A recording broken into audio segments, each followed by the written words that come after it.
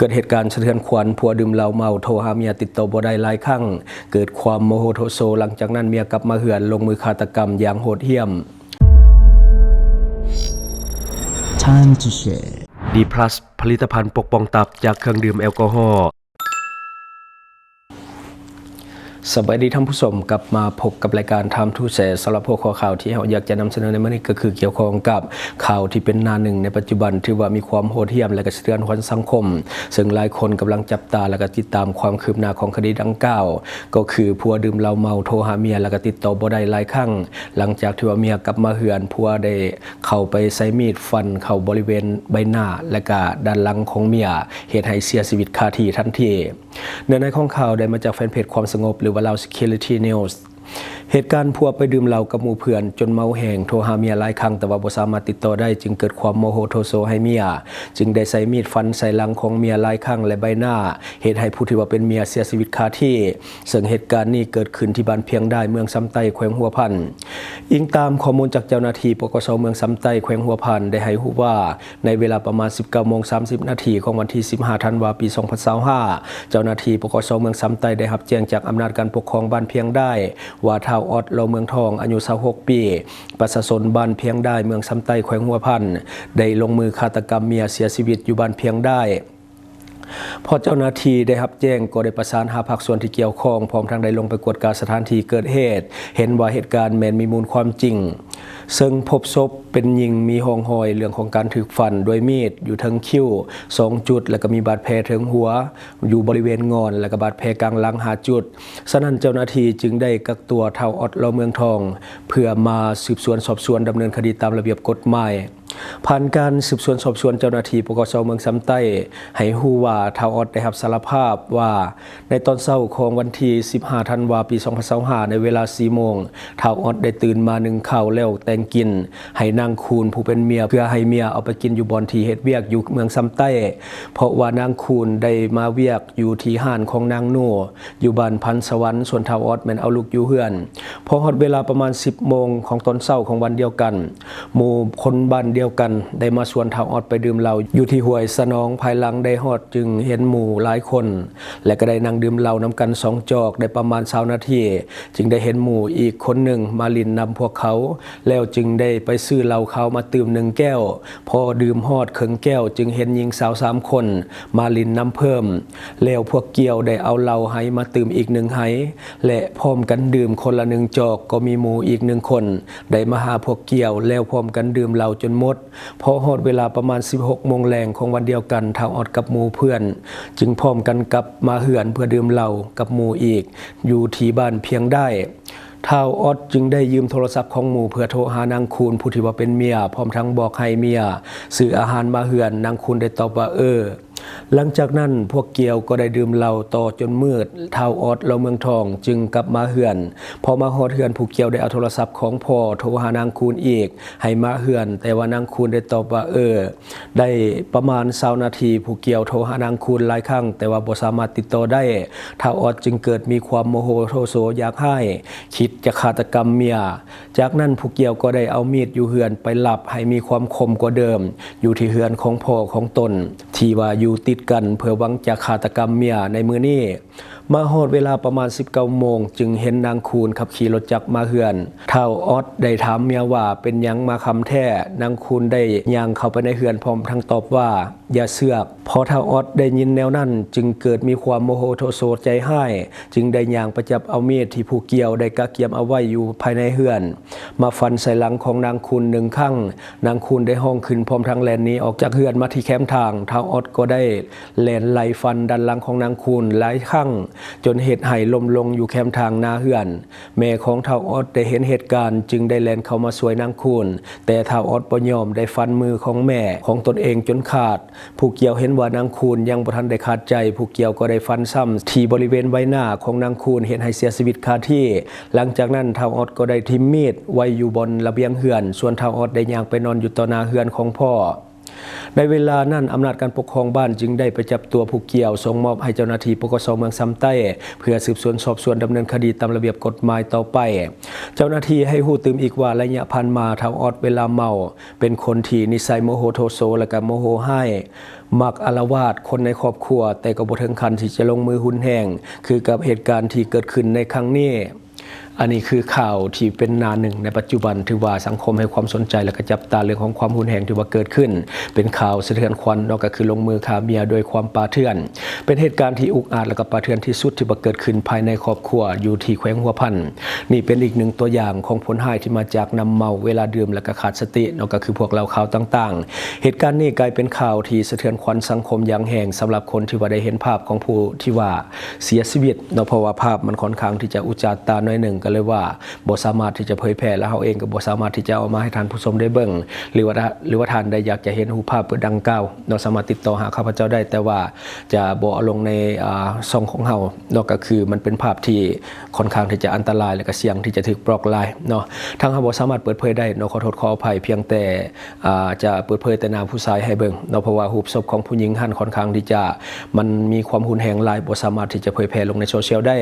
บาดแผลด้านหลังนี่ถูกฟันเนาะเลิกเข้าจนแบบสอดแบบผิวหนังและกล้ามเนื้อเข้าไปจนเห็นด้านในของปอดก็คือเห็นเครื่องในทางด้านในเนาะถ้าจัดลำดับเหตุการณ์ฆาตกรรมในครอบครัวหรือว่าเครือญาติแขวงหัวพันนี่ถือว่าเป็นอันดับหนึ่งตลอดกาลในเรื่องของการฆ่ากันในครอบครัวหรือว่าคนที่อยู่ในเครือญาติเดียวกันจากประสบการณ์อ่านข่าวฆาตกรรมตั้งแต่มีส่งมาแขวงหัวพันนี่ถือว่าหลายสุดแล้วเนาะสำหรับเรื่องของการฆาตกรรมกันและก็เกิดขึ้นค่อนข้างที่จะถี่กว่าแขวงอื่นๆคือผัวเมียฆ่าผัวฆ่าเมียฆ่าผัวพ่อฆ่าลูกฆ่าพ่อฆ่าแบบคนในครอบครัวเดียวกันหรือว่าพี่น้องฆ่ากันหรือว่าหมู่คู่ฆ่ากันก็ค่อนข้างที่จะหลายที่ว่าเกิดขึ้นที่แขวงหัวพันการแก้ไขปัญหาด้วยข้อมูลแห่งบ่มีทางที่จะออกมาดีเนาะส่วนหลายก็จะจบด้วยข่าวเศร้าตลอดสำหรับแต่ละเหตุการณ์ที่ว่ามีการแก้ไขด้วยความหุนแหงที่ว่ามันเกิดขึ้นฉะนั้นจงมีสติกับการใช้ชีวิตหลายๆโดยเฉพาะตอนที่ว่าดื่มน้ำเมาเนาะดื่มเหล้าดื่มเบียร์หรือว่าสารเสพติดต่างๆก็ต้องได้มีสติหลายขึ้นทางรายการของเฮาก็แสดงความเสียใจกับผู้ที่ว่าเสียชีวิตและก็ญาติของผู้เสียชีวิตเนาะเพราะว่าเหตุการณ์แบบนี้ผู้ใดก็บ่อยากให้เกิดขึ้นแต่ว่าสุดท้ายแล้วมันเกิดแล้วก็จำเป็นเนาะผู้ที่ว่ากระทำผิดก็ไปรับกรรมตามที่ว่าตัวเองได้ก่อเนาะอันนี้จบไปสำหรับเหตุฆาตกรรมที่ว่าเกิดขึ้นที่แขวงหัวพันบัดนี้เฮามาต่ออีกข่าวหนึ่งเนาะที่ว่าเป็นกระแสพอๆกันก็คือเหตุการณ์ชาววัยรุ่นลักเครื่องสำอางจากห้านค้าอยู่ที่นครปักเซแขวงจำปาสักเดี๋ยวเราจะให้ท่านผู้ชมไปเบิ่งภาพนำกันก่อน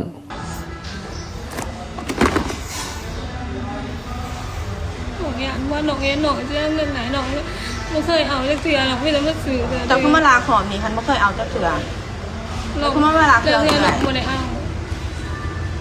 แต่เธอจะมาจะก็มาสื่อเครื่องเลยก็เห็นจะเป็นข้าวว่าสั่งเลยแต่อยากได้ยังเกิดก็เล่นไปเอามาหาย แต่เธอหนูซื้อหนูไม่เคยเอาจะเถื่อก ระถองนี่จะขึ้นมาเอาเครื่องอะไรแท้แต่บางทีมีแต่ตัวเพจนี่นี่เกี่ยวของมันเบิร์ด ว่าหนูทายหนู เพราะว่าได้ทายเจ้าเพราะได้ทายนาเจ้า หนูเนี่ยพวกหนู เกี่ยวของมายังเต็มแขนถุงตาคือดีเต็มเบิร์ดแขน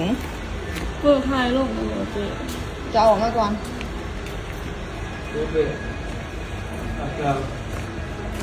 หนูทายถึงหนูอ่ะ เพราะว่าได้ทายเจ้าจะเก็บออกมาเบิร์ดเครื่องเ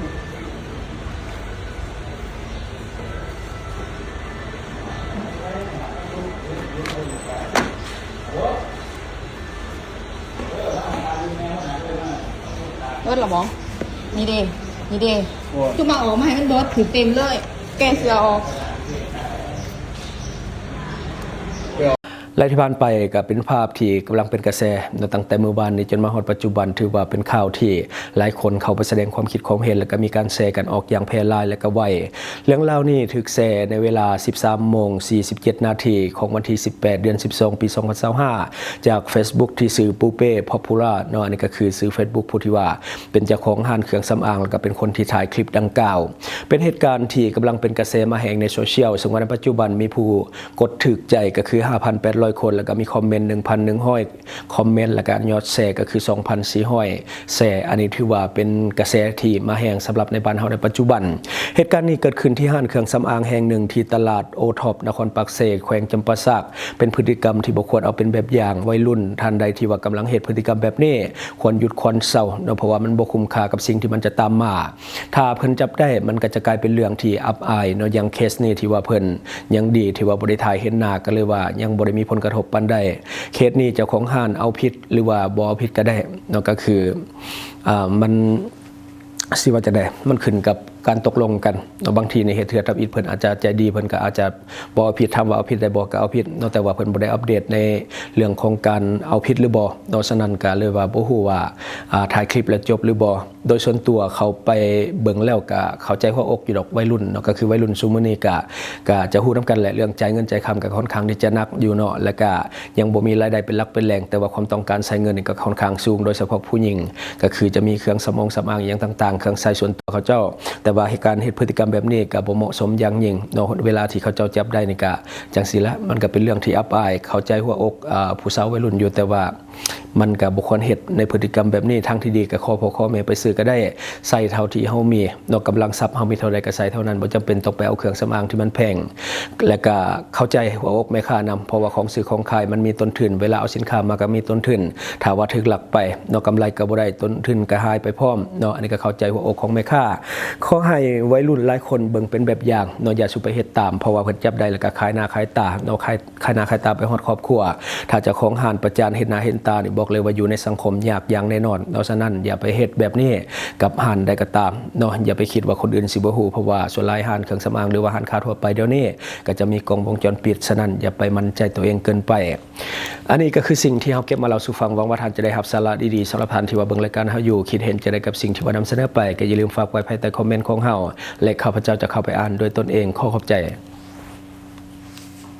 ท่านใดที่มักดื่มเหล้าดื่มเบียร์หนักๆอย่าลืมปกป้องตับและฟื้นฟูเซลล์ตับแบบเร่งด่วนโดยผลิตภัณฑ์ดีพลัสตัวนี้แก้เมาค้างในโตมีเก็บเงินปลายทางช่องทางที่คุณสามารถรับชมข่าวสารจาก Time to Share Studio Fanpage Time to Share Laos YouTube Time to Share TikTok Time to Share Laos Facebook สิงห์ดาราสายลินอยู่เมืองลาวใช้แต่เงินกีบลาวและส่งเสริมผลิตภัณฑ์ภายในเพื่อลดพรการนำเข้าสินค้าและแก้ปัญหาเงินตา Subscribe for more video.